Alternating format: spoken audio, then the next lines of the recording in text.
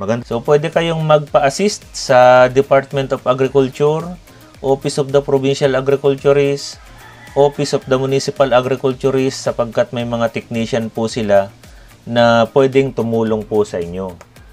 Pero kung wala po nun, ito po yung ibibigay ko sa inyo, yung pong pinaka-general recommendation. Ito po yung tatalakayin natin. So, ito pong general recommendation na ito ay base po sa mga experience ng ating mga magsasaka na matagal nang nagtanim ng ampalaya, sa consultation natin with the technical source nitrogen, phosphorus, seed and root development. O yan. So, pinapatibay, pinapadami ang mga ugat ng halaman natin. Inihahanda ang halaman sa paglaki. Sila din yung maganda ang arangkada at mabilis ang pagsanga ng ating ampalaya.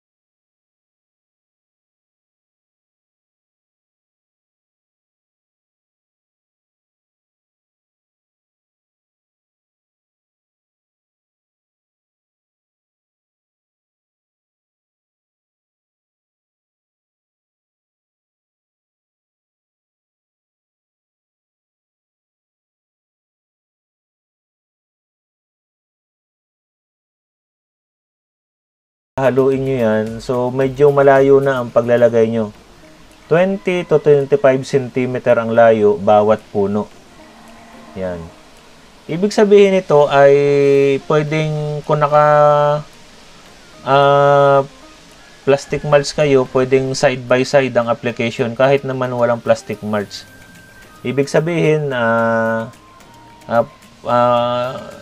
ngayong linggong ito dito sa kaliwang parte ng inyong plat ng halaman, sa susunod na linggo doon sa kanang parte naman ng halaman, maglalagay kayo ng abono.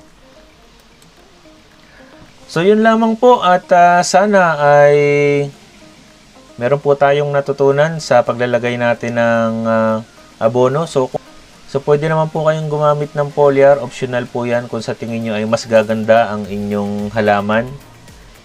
So, salamat po at like and share. Subscribe na rin sa ating YouTube channel para sa mga susunod pa nating mga videos.